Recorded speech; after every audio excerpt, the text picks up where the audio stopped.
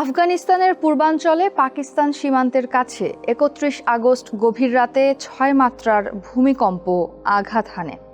সর্বশেষ খবর অনুযায়ী দেশটির নানগারহার ও কুনার প্রদেশ সহ আশেপাশের এলাকায় অন্তত ১১০০ জন নিহত এবং প্রায় ৩০০০ জন আহত হয়েছেন। এছাড়া প্রায় ১২ লাখ মানুষ কম বেশি ক্ষতিগ্রস্ত হয়েছেন। দুর্গম পাহাড়ি এলাকায় এখনও উদ্ধারকর্মীরা পৌঁছানোর চেষ্টা চালিয়ে যাচ্ছেন। তালেবান কর্মকর্তাদের বরাতে কাতার ভিত্তিক সংবাদ মাধ্যম আল জাজিরা জানিয়েছে, এই ভূমিকম্পে বহু গ্রাম ও ভবন সম্পূর্ণভাবে ধসে পড়েছে। ভূমিকম্পে আফগানিস্তানের বেশ কিছু গ্রাম ভয়াবহভাবে ক্ষতিগ্রস্ত হয়েছে। কিছু এলাকায় সড়ক যোগাযোগ ব্যবস্থা সম্পূর্ণ ভেঙে পড়েছে। ফলে ত্রাণ ও উদ্ধার কার্যক্রম চালাতে হেলিকপ্টার ব্যবহার করা হচ্ছে বলে জানিয়েছে তালেবান সরকার। সবচেয়ে বেশি ক্ষতিগ্রস্ত হয়েছে পাহাড়ি অঞ্চলগুলো। ভূমিকম্পের পর ভূমিধসে পাহাড়ি রাস্তাগুলো একেবারে চলাচলের অযোগ্য হয়ে পড়েছে। আহত ব্যক্তিদের খাটিয়ায় করে নামিয়ে আনতে হচ্ছে। এদিকে কুনার প্রদেশের নুরগাল এলাকার এক বাসিন্দা বিবিসিকে জানিয়েছেন, সেখানকার গ্রামগুলোর প্রায় ৯৫% অবকাঠামো ধসে গেছে। ওই এলাকায় এখনো উদ্ধারকর্মীরা পৌঁছাতে পারেননি। তালেবান সরকারের স্বরাষ্ট্র মন্ত্রণালয় জানিয়েছে, ভূমিকম্পের প্রায় একদিন পরও ক্ষতিগ্রস্ত এলাকার অনেক বাসিন্দাকে উদ্ধার করা সম্ভব হয়নি। ঠিক কতজন মানুষ ধ্বংসস্তূপের নিচে চাপা পড়ে আছেন তা এখনো জানা যায়নি।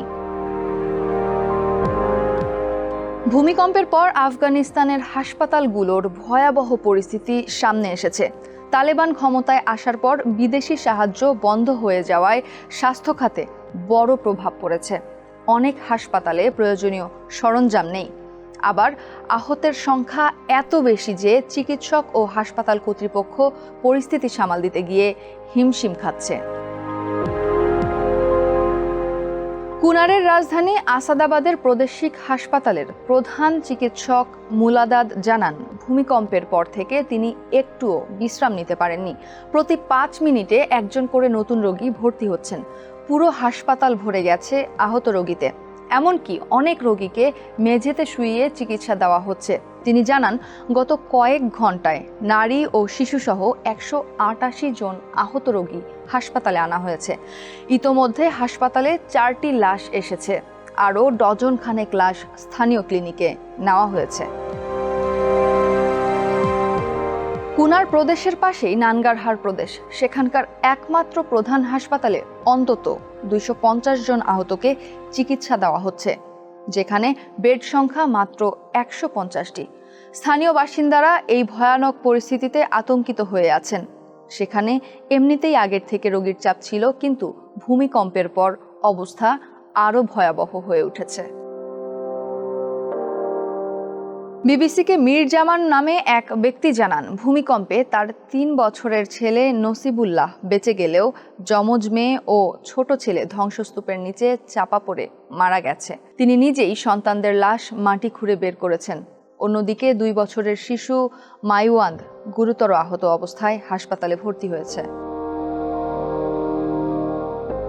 আফগানিস্তানে জাতিসংঘের মানবিক বিষয়ক সমন্বয় কার্যালয় জানিয়েছে, ভূমিকম্প কবলিত এলাকায় সবচেয়ে বেশি প্রয়োজন হলো আশ্রয়, আবাসন, ঔষধ, গরম খাবার, বিস্কুট এবং কম্বল। তবে সম্প্রতি আন্তর্জাতিক সাহায্যে বড় কাটছাঁট হওয়ায় পরিস্থিতি আরও জটিল হয়ে পড়েছে। উদাহরণস্বরূপ, ক্ষতিগ্রস্ত এলাকায় ৮০টিরও বেশি স্বাস্থ্যকেন্দ্র বন্ধ হয়ে গেছে, যার ফলে প্রায় ৫ লাখ মানুষ এখন স্বাস্থ্যসেবা থেকে বঞ্চিত। দুর্যোগ মোকাবিলায় তালেবান সরকারের সাথে সহযোগিতার বিষয়ে OCHA এর প্রধান অ্যামি মার্টিন বলেন, তালেবান সরকারের স্থানীয় কর্তৃপক্ষ প্রাথমিক অনুসন্ধান ও উদ্ধার কাজে নেতৃত্ব দিচ্ছে এবং এই মুহূর্তে কোনো বাধা নেই। ইতোমধ্যে আন্তর্জাতিক সংস্থাগুলো কাবুলে গিয়ে তালেবান কর্মকর্তাদের সঙ্গে দেখা করার পরিকল্পনা করছে। তালেবান ক্ষমতায় আসার পর থেকেই নারীরা ঘরবন্দি। স্কুল, কলেজ, বিশ্ববিদ্যালয়ে যাওয়া বন্ধ হয়ে গেছে। ভূমিকম্পের পর নারীদের চিকিৎসা নিয়ে উদ্বেগ বাড়ছে।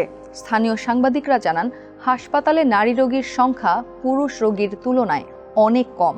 কুনারের মতো রক্ষণশীল এলাকায় নারীরা দেরিতে চিকিৎসা পাচ্ছেন। আশঙ্কা করা হচ্ছে কিছু নারী হয়তো আহত হওয়ার পরও বাড়িতে থেকে গেছেন অথবা পরিবারের সঙ্গে হাসপাতালে আসতে অপেক্ষা করছেন। তালেবান সরকার আন্তর্জাতিক মহলে সাহায্যের জন্য আহ্বান জানিয়েছে। জাতিসংঘ, ইউনিসেফ, জাপান এবং ভারত ইতোমধ্যে আফগানিস্তানকে সাহায্যের জন্য এগিয়ে এসেছে। ইউনিসেফ জানিয়েছে তারা ত্রাণ সরবরাহে প্রস্তুত। ভারতের পররাষ্ট্রমন্ত্রী এস জয়শঙ্কর জানিয়েছেন তারা কাবুলে 1000টি তাঁবু পৌঁছে দিয়েছে এবং কুনারে 15 টন খাদ্য পাঠিয়েছে। আরও ত্রাণ সামগ্রী ভারত থেকে পাঠানো হবে। একই সঙ্গে জাতিসংঘের মহাসচিব আন্তোনিও গুতেরেস জানিয়েছেন জাতিসংঘের বৈশ্বিক জরুরি তহবিল থেকে প্রাথমিকভাবে $5 মিলিয়ন মুক্তি পেয়েছে। তবে তালেবান সরকার চায় যাতে আগে তাদের উদ্ধার কাজে সাহায্য করা হোক। এছাড়া তারা সংকট মোকাবিলায় একটি কমিটি গঠন করেছে। তালেবানের মুখপাত্র জাবিউল্লাহ মুজাহিদ জানিয়েছেন হতাহতদের সহায়তায় তহবিল গঠন করা হয়েছে এবং ত্রাণ ও প্রয়োজনীয় সরঞ্জাম বিতরণ শুরু হয়েছে। প্রয়োজনে তহবিলে আরও অর্থ যোগ করা হবে। এছাড়া চীন, যুক্তরাজ্য এবং সুইজারল্যান্ড সহ বেশ কয়েকটি দেশ সাহায্যের প্রতিশ্রুতি দিয়েছে। যুক্তরাজ্যের পররাষ্ট্র সচিব ডেভিড ল্যামি বলেন, 1 মিলিয়ন পাউন্ডের জরুরি তহবিল জরুরি স্বাস্থ্যসেবা ও ত্রাণ সরবরাহ পৌঁছে দেওয়া হবে। এই তহবিল জাতিসংঘ জনসংখ্যা তহবিল এবং আন্তর্জাতিক রেড ক্রিসেন্টের মধ্যে সমানভাবে ভাগ করা হবে।